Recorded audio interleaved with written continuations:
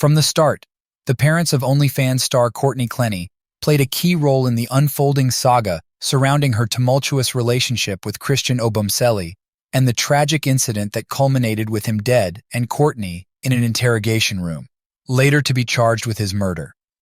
If you have not heard of Courtney and Christian's story, be sure to check out this video to catch you up on the details. By her own admissions, the evening of April 3, 2022, marked a turning point when Courtney, holding a knife in her hand, was engulfed in a heated argument with her boyfriend, Christian. When speaking to investigators about what happened during the fatal argument, Courtney told investigators that the fight took place while she was on the phone with her mother, Clenney. The details of that conversation are crucial, as Courtney claims her mother was an auditory witness to the argument up to Christian's fatal injury. The alleged stabbing occurred between 4:43 p.m. and 4:57 p.m. The timing between the event and Courtney's phone calls have sparked widespread controversy and internet fervor. They were on the phone first at 4:43 p.m. to 4:49 p.m. and then again right after, from 4:49 p.m. to 4:56 p.m. There can be no doubt that the relationship was toxic. There is a long video trail of arguments between the two social media lovebirds, arguments that took place in the days and weeks leading up to the fatal fight. It took several months for prosecutors for an arrest warrant to be issued against Courtney. She was arrested in Hawaii on August 6, 2022.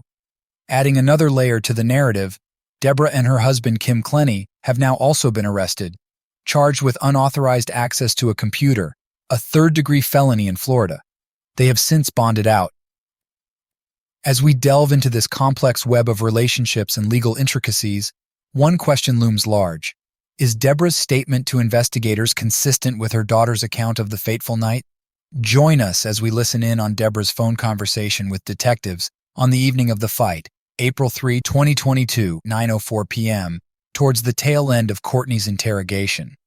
Detectives were hoping to get information they could use during the ongoing interrogation of Courtney. Let's see how far they got in their efforts, especially since Deborah lawyered up early during the interview. As Detective Brasino, IBM 41321. Detective Joris Vega, IBM 44244. Today's date is April 3rd, 2022, and the time is 9:04 p.m., and we are conducting a recorded phone call with the mother of Courtney Clenny. Phone number is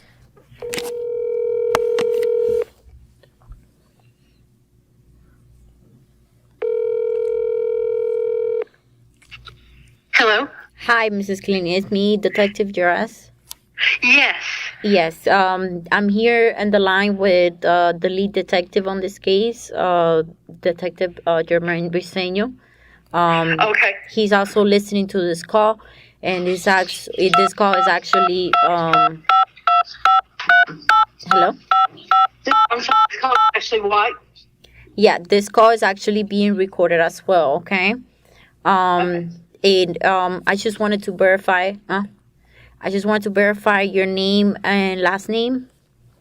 I'm Deborah Clenny, Deborah, Clenney. She's on the phone with the lead detective.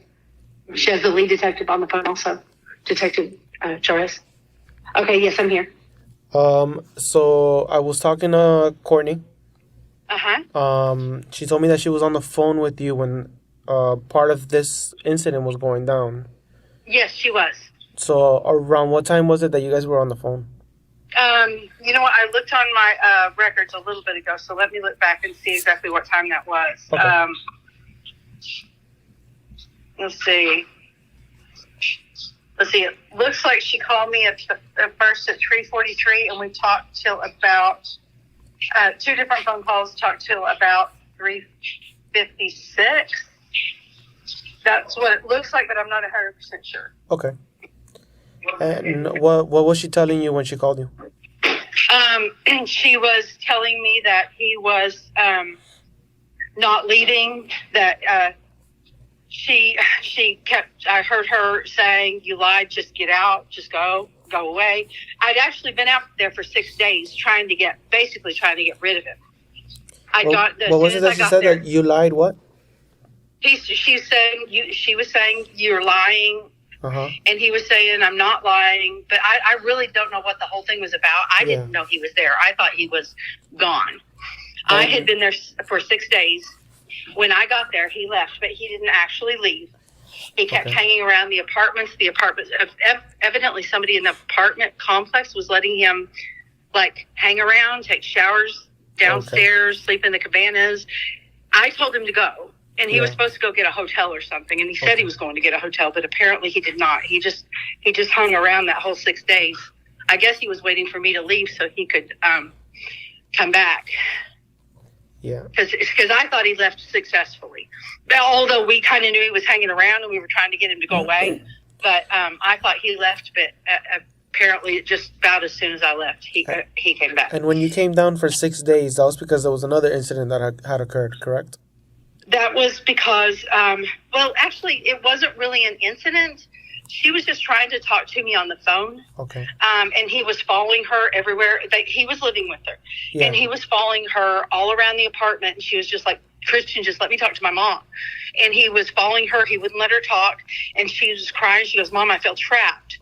She was saying she just wanted him to go away. So I said, well, if you want me to help try to get him out. My husband could have gone, but my husband is not as subtle as I am. So I came so that I could just ask him to leave. And as soon as I got there, he left. Okay. But he did steal her, he took her only set of apartment keys as he was leaving. Okay. So we had to call him to get him to bring them back. Okay. Anyway, so he was supposed to have been gone. He was sleeping around corridors, and even in that he can get up the elevator if somebody in the apartments will let him up. So there was one night I actually saw him sleeping kind of under an overturned couch in her entryway. Wow. So he was just kind of sticking around, sulking around, not going. Okay. It just seemed to be biding his time until I went home. And question,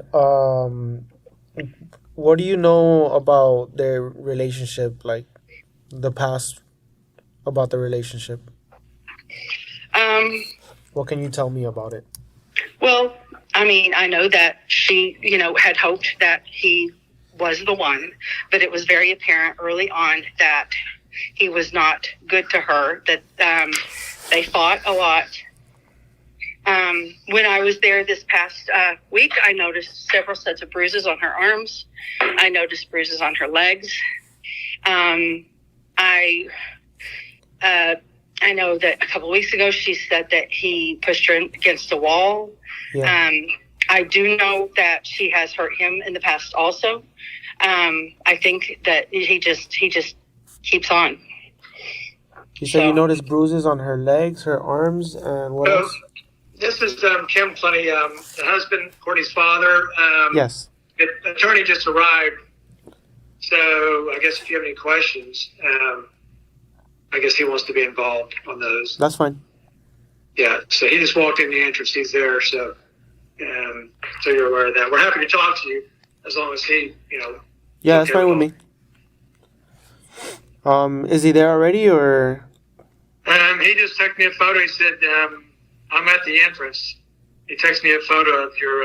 Oh, he's at the entrance here at the department? At the entrance of the department. Oh, okay. His name's Frank Frigo. Okay. And we're happy to visit with you. It's just, since he's there, we just want to be advised that he was... Okay. Give me a minute. Stay on the phone then, and I'll go downstairs and get him real quick. Okay, thank you. All right. I need to get the charger for my phone. Sorry, thank you. I just want that too. Yeah. It'd be on the phone very instant, too. I mean, you gotta keep going back and going back and going back. I mean, he grounded all three of us crazy that one day. Mm-hmm. It's insane. They should have hauled his ass off when they were there on Friday. I know. I don't know why was sticking around there. They would check him in the car and take him on down to the station. That's true. I mean, Well, the apartment shouldn't be. well, they're going to have a talking to, too, when I get out there. Right, I man. don't have a picture. Well, they've got security cameras for all that. Oh, that's true. That's true. Well, you need it. Every damn time that guy's gone up there, they got a picture on their security camera. Oh, She thinks he might have come in the apartment when we were gone. he might have. He probably has a key. Lines on the bench. Or even if he doesn't have a key, she had to prop it open. I wouldn't have put past him if there was the key, so she should have had to prop it Well, he stole, open. At least once, maybe twice. I'm sure he stole that $7,000 purse. Yeah. He's a thief. And a con artist. So, he's a psycho, it's like a bitch. I know he is. You know, psychiatrists are getting diagnosed what it is, but he's got something wrong with it. Sociopath is my guess, I think. Gotta be in jail. Yeah, he should.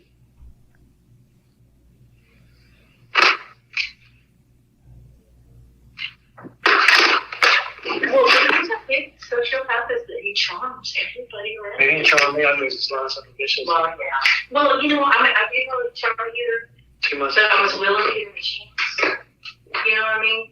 But she said everybody around it gets charmed.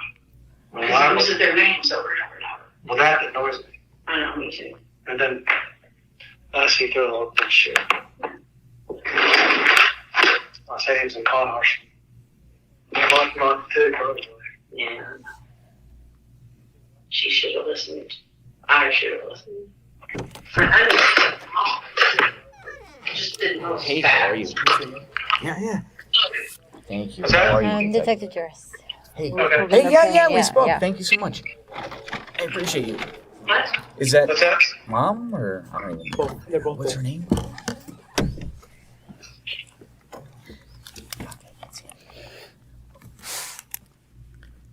Deborah, Yes. how are you? It's Frank Prieto. I've been talking with your husband.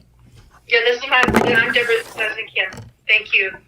Yeah. So, yeah, I don't know. I guess we'll take it from here. I mean, does mom need to be on the line?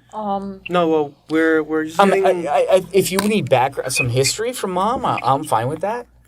Yeah, that's what Yeah. we're doing. That's what we're doing. Yeah. Because, so just the reason why we're talking to mom is because Courtney told us that right before everything happened, she was on the phone with mom. And also, we're getting a little background of other incidents that have happened between her and the boyfriend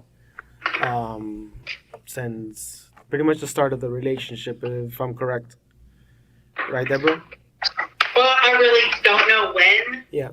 I just knew that it wasn't long before I knew he was trouble. Okay. So pretty much just to catch up, Mr. What's your last name? Prieto. Pretty much she called you around approximately 3:43 to like 3:56 p.m. From your call list. Something like that, yeah. And pretty much you overheard him and her talking. You lied, and he was arguing back. I'm not lying. The main thing she was saying was get out, leave, go Yeah. away. That was actually, she did say you lied, but the main thing she was really trying to say is get out of here, go away. Yeah. And he would not leave. And that's exactly, this is Kim Clenny, our father. That's exactly the same thing that happened on Friday as Deborah was flying home from Miami. I was picking her up at the airport, and Courtney and I called. We're speaking on the phone, and Courtney said he's here. And she said, basically the same situation. He entered the apartment, and she was trying to get him to go away. Yeah. He would not leave. And she was screaming at him, and I was screaming at him, get the hell out of there. She's asked you to leave, do not come back. And he just won't do that. He just continues to do this. So same occurrence today. I wasn't on the call today. That was the call I had on Friday afternoon. Kim, it's Frank. Whose apartment is it? Courtney sits in her, she is the only name on the lease. Okay. He has given her a little bit of money for rent, but mostly she's paid it. She said on Friday he didn't pay her anything. Oh, she said he paid her anything. That's what she told me. Oh. But we don't know his that to be a fact. belongings there. he sleeps over, stays over. According to Courtney, he lives with her. Okay. They live there together. But They did go there together. Up until I came last week, and he was supposed to get someplace. He was supposed to move out, get a hotel, and actually he asked her to pay for a hotel. And I guess when she said no, that's when he, unless he was just planning on sticking around anyway. Yeah. Okay. So, in the argument that you overheard today on the phone, how was he? Did he sound aggressive, or was it just like a regular, like normal volume voice, or? He was screaming at her. Yeah. Because I told her to tell him to stop screaming. Yeah. And so, no, he was screaming at her, and she was telling him to leave, but he was screaming, and I couldn't hear what he was saying. I could hear her telling him to go away. Yeah. And did you overhear any threats or anything like that? No, I did not, but I do want the attorney that is listening right now to hear something I said earlier that he may not know about. Okay. When I got to Miami, I noticed several sets, many sets of bruises on her arms that looked like they were caused by fingers grabbing, and she told me, she confirmed later, that that's what happens, is he grabs her and says, Cece, Cece. Yeah. And so she's got a lot of bruises on her arms, and she's got bruises on her legs. Did you notice any other bruises besides those two, besides her arms and legs? She had bruises all over her body. But I definitely saw arms and legs, and I think it's just pretty much everywhere. What color do you remember those bruises being? Like what color? Like greenish or purple? Every color, like they've happened at different times. Okay. And I witnessed, she didn't confirm it, but at our house here in Austin, where it looked like somebody grabbed her arm and she denied it. I also do know that when I spoke to her on the phone one time, a number of months ago, that I didn't realize at the time that they called me from someplace and he was talking to me, and then later on I found out that he put his hand on her neck. And I said, I'm glad I didn't know that, because I reached to the phone and grabbed him. But, okay. So I know there's been physical violence. I've seen evidence. My wife never has seen it. So the guy's a psycho, and he's a thief too. Okay. I think we know he stole the keys. He brought the key back when he left. From her only apartment keys, correct? Right, and now the car keys disappeared, and a $7,000 Chanel purse has disappeared, and I'm convinced that guy stole it all. And we know he stole the apartment key because he brought it back, and my wife was there. Yeah. She can witness that. Okay. Do you remember, Miss Deborah? Do you remember anything else that you overheard on the phone today, or that your daughter texted you about him, or anything? I don't think she texted me today at all. I think she just called, and she maybe talked to me early when she was doing it. She texted when she was just showing me how she had worked around the house, showed me how to clean her, how she had hung up all the clothes and was getting everything clean, because things were pretty chaotic as long as he was there, and it seemed like she was getting it kind of fixed up and good. And then the next thing I know, she's calling, crying, yelling for him to get out. I don't know how yet. She didn't tell me that part. Okay. But she was yelling for him to get out. She was yelling, "You lied," and he was yelling at her back, and actually even screaming, because I thought that security. I didn't think the police, but I thought security was going to get called again from the yelling, and the dogs were barking as they do when Christian starts in. Well, 3 of your officers were down on Friday when I was on the phone on the occurrence I was telling you about a little bit ago. They kind of searched her apartment. He was, I guess, detained in the squad car. But then they just left. And she was talking about, I need a restraining order against this guy. And so I was trying to tell her, you can't do that right then. But the police officers then witnessed that, she had concerns about this maniac. Okay. Do you have any other questions? No. Do you have anything else to tell them? Right? No. Hey, Deborah, Kim, I'll talk to the detective, see where we go from here, and I'll give you a call later. I appreciate, I'm sure they appreciate you guys talking to them, and obviously I appreciate their professionalism in allowing me to get in here. So Just want to let you guys know. Okay.